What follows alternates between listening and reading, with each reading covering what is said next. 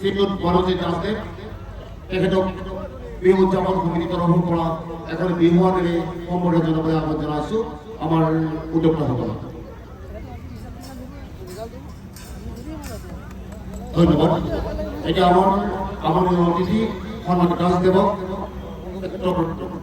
শুভেচ্ছা ভাষণ দিবলৈ আহ্বান জনাইছোঁ।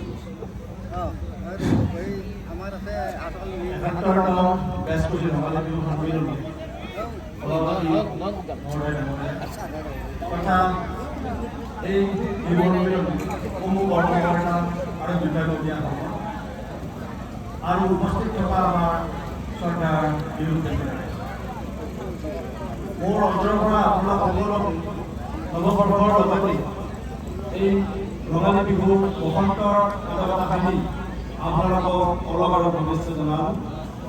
এই মুকলি বিহু মঞ্চ আমাৰ অনাগত জীৱনত যুৱ প্ৰজন্মৰ যাতে আমাৰ বিহুৰ প্ৰকৃত ৰূপটো পাহৰি নাযায় তাৰে এটা ডাঙৰ ভূমিকা গ্ৰহণ কৰে বুলি মই ভাবোঁ।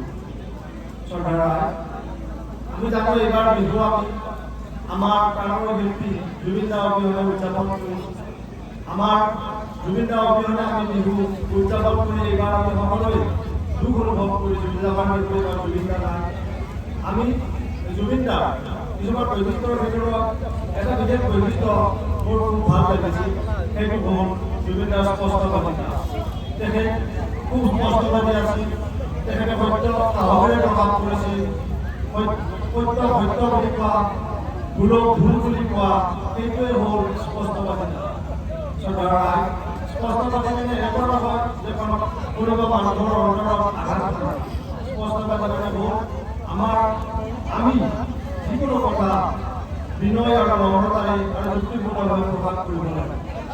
মই বেছি নকওঁ, আজিৰ এই পবিত্ৰ মঞ্চত মোক আপোনালোকে আমাৰ অসমীয়া জাতিৰ এখনি খোলাক ব্যৱস্থাৰে সম্বৰ্ধনা জনোৱাৰ উপৰিও মোক যিখিনি মৰম আৰু সন্মান আছিলে তাৰ বাবে মই আপোনালোকৰ মাজত সদায় চিৰকৃতজ্ঞ হৈ যাওঁ আৰু আশা কৰোঁ আপোনালোকৰ এই বিহু সফল পৰিসমাপ্তি হ'ব বুলি মই কামনা কৰিয়ে মোৰ এই দুআষাৰ ইয়াতে সমাপ্তি কৰিছোঁ। ধন্যবাদ।